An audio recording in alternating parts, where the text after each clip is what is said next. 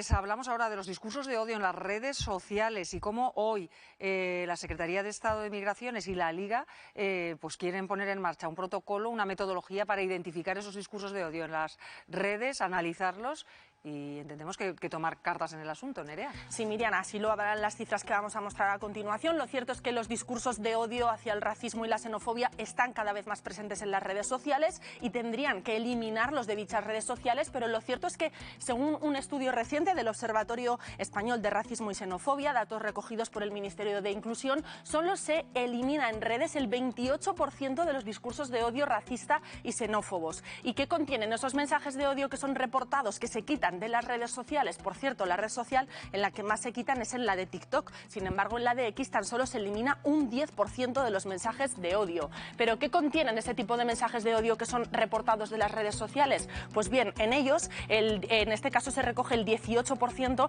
relacionados con inmigración vista como una invasión, es uno de los mensajes principales que recogen esos mensajes, y el 34% recogerían la migración relacionándola directamente con la criminalidad, con los robos y con los abusos. Pues vamos a hablar con Moja Gereou, que es periodista, activista, colaborador del programa. ¿Qué tal, Moja? Bienvenido. Muy buenos días. Buenos días. Bueno, enseguida conoceremos cómo van a aplicar esa metodología, pero está bien, ¿no?, que se pongan en común tanto la Liga como el Ministerio para tratar de identificar esos discursos y buscar soluciones, porque como nos estaba contando Nerea, están presentes y en unas redes más que en otras. Por ejemplo, en X, odio hay un rato, pero es que odio también hacia determinados colectivos, como estaba mencionando. Sí, yo creo que es importante que haya habido ese acuerdo de colaboración, en este caso por parte de las instituciones públicas, liderado por el OBERACSE, que es el Observatorio contra el Racismo, y yo creo que un punto muy interesante de todo esto es que se está persiguiendo el racismo no solo que ocurre en el campo de fútbol, sino que se genera alrededor del fútbol, pero también fuera. En este caso, por las redes sociales, porque esto es una pata muy importante.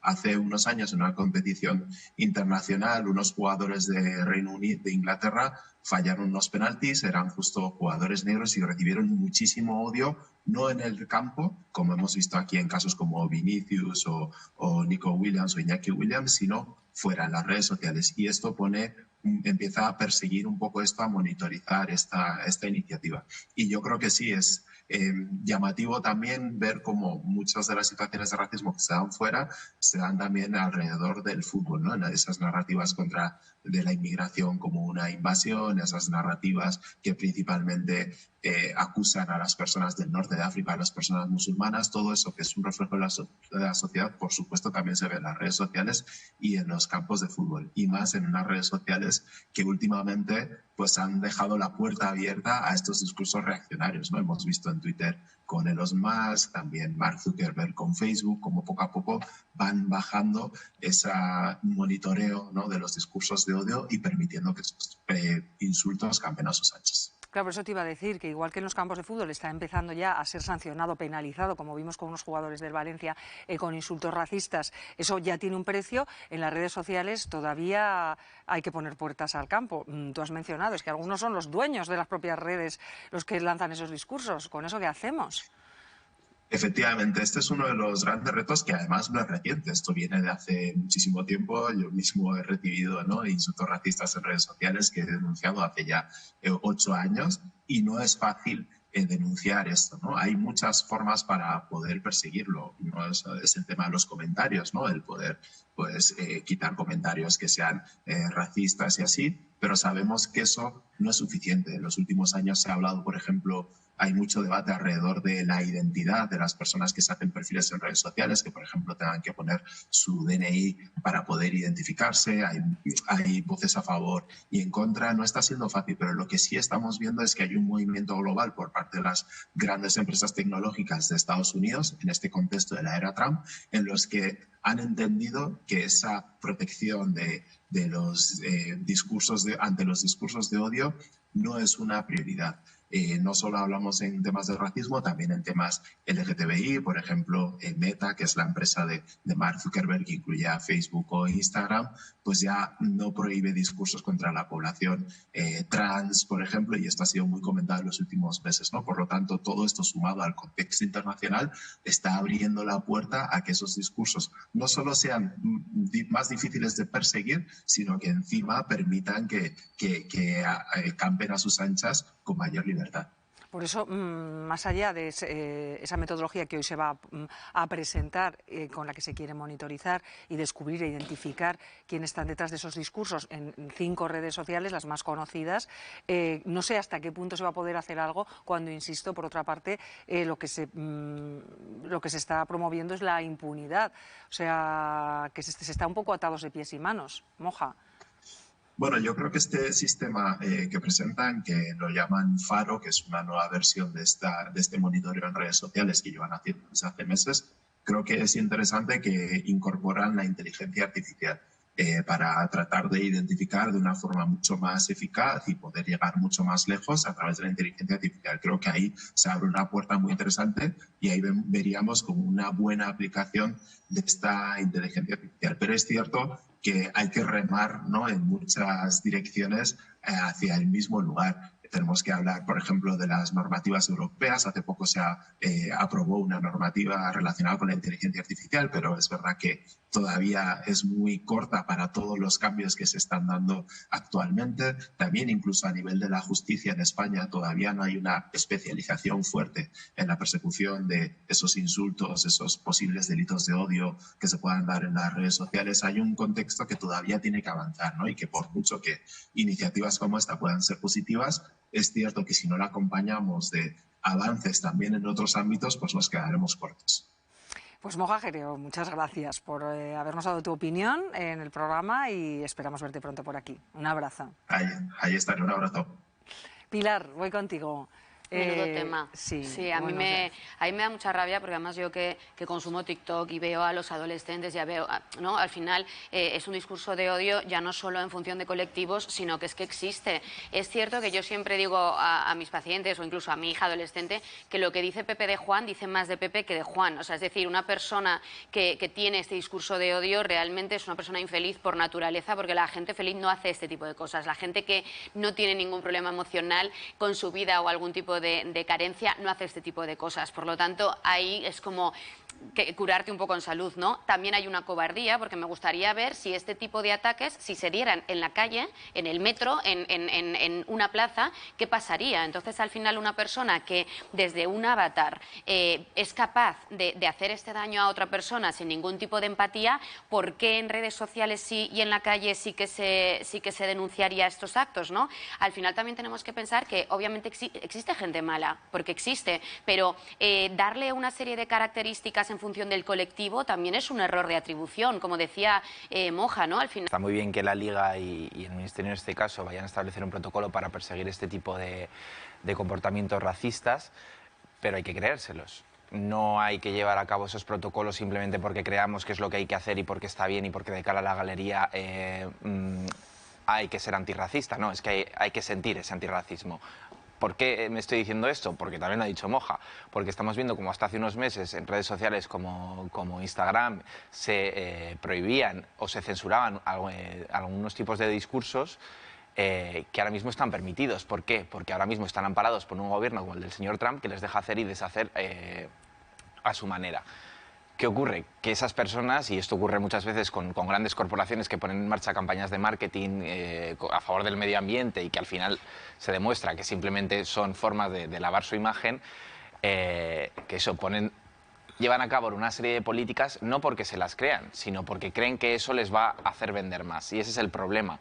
La Liga puede hacer todos los protocolos que quiera, pero es que hay acciones concretas que se pueden hacer ya, oye, y que se están empezando a hacer no siempre con la contundencia que se debería y más tarde de lo que se debería. Si en un campo suenan insultos racistas, el minuto 0 se para el partido y todo el mundo fuera. Y adiós, y ya está. Y esto no siempre ocurre. Y está muy bien los protocolos y está muy bien, sobre todo, extender ese control también a las redes sociales. Pero es que hay que ser más tajantes. O sea, muchas veces perdemos el tiempo reuniéndonos y buscando cómo protocolorizarlo todo, y hay soluciones que son muy sencillas. Y ahora mismo con las tecnologías que tenemos, además, es que es relativamente sencillo determinar quién ha sido la persona, porque hay 20.000 cámaras en un campo de fútbol, de dónde han salido esos insultos. Por tanto, se para el partido, todo el mundo fuera, intentar de decir quién ha sido, y la persona que ha sido no vuelve a entrar a un campo de fútbol Lo que nunca. pasaría si dos personas viendo un partido de fútbol se pelearan. O sea, es decir, si nos peleamos físicamente, entonces sí que va a venir alguien y nos va a sacar del partido, pero si insulto no. Es que al final un insulto no deja de ser un acto de agresión. Entonces, ¿por qué unos sí y otros no? Porque son más llamativos por el buenismo, por el qué dirán. Es que es absurdo. Yo es la pregunta que me hago: ¿en qué momento nos descuidamos con las redes sociales, dejando que campara el insulto, la agresión, la calumnia? Somos periodistas, en los medios de comunicación eso no se tolera. Tú cometes un delito de ese tipo y vas al juzgado y puedes ser condenado. De hecho, conocemos a compañeros o colegas, entre comillas, que han sido condenados por proferir supuestamente manifestaciones de libertad de expresión que acababan siendo calumnias, y en las redes sociales pues nos hemos descuidado de una manera verdaderamente irresponsable. Lo vemos con el racismo, pero lo vemos también en otro tipo de manifestaciones. Yo creo que tenemos que hacer un rebobinado, desde luego lo de la identidad sí o sí. O sea, no puede haber perfiles que no tengan identidad, que no sean responsables de sus actos y de aquello que pronuncian o publican, que desde luego tiene que haber límites, y que si causan daño tiene que haber reparación, como en cualquier otro escenario donde se producen agresiones, como decimos, si son físicas, si son a través de medios de comunicación, ¿por qué en las redes sociales no? Efectivamente hemos entrado en este mundo del descontrol, porque los gigantes ganan dinero cuanto más agresivos son los comportamientos en las redes, pero eso no tenemos por qué permitir que siga siendo así. Lo decía Mateo Valero, el gran sabio aragonés, director del Supercomputador de Barcelona, estos días, este gran sabio que tenemos la suerte de que sea paisano nuestro. La solución está en manos de la sociedad. O sea, la inteligencia artificial puede ayudar, pero tiene que venir de la actitud responsable de cada uno de nosotros, siendo conscientes de que las redes sociales es un entorno en el que en estos momentos pasamos buena parte de nuestra vida, casi tanta o más que en la vida real y física. Por lo tanto, que las reglas de la vida real y física imperen en el mundo virtual. Es mucho más difícil. Es mucho más pero difícil. tendremos que ser cada uno conscientes también de esos riesgos que tienen, y desde luego, y en la medida que veamos y que seamos partícipes o que pertenezcamos a colectivos donde se están vulnerando las reglas, actuar. Totalmente, además estoy totalmente de acuerdo, porque esto llevado ya a otros ámbitos como es el bullying en los colegios, etcétera. O sea, si condenamos al abusón, al final ese abusón, que no deja de ser una persona insegura, se termina recluyendo. O sea, yo sigo en redes sociales a un perfil de una señora que se llama Mami de 3, que es un cielo, que es que cuelga un contenido súper blanquito, y le dan por todos los lados, y yo cada comentario negativo que veo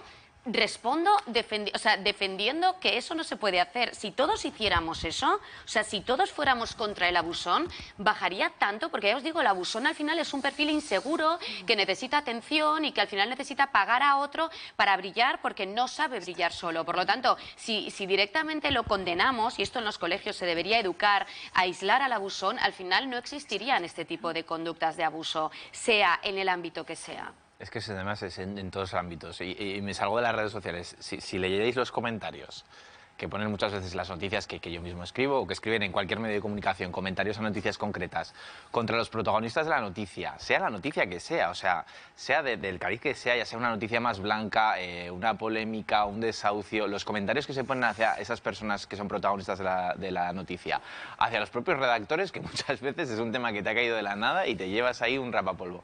Es decir, creo que también es necesario, desde ámbitos quizá académicos incluso, analizar de dónde viene este odio, amparado precisamente por ese anonimato, y acabar con ese anonimato. Oye, si te abres una cuenta en redes sociales, tienes que asociar un DNI, un nombre, un teléfono y una serie de métodos que te identifiquen, para que en caso de que cometas algún hecho delictivo puedan llamar a tu puerta y decir: tú paga.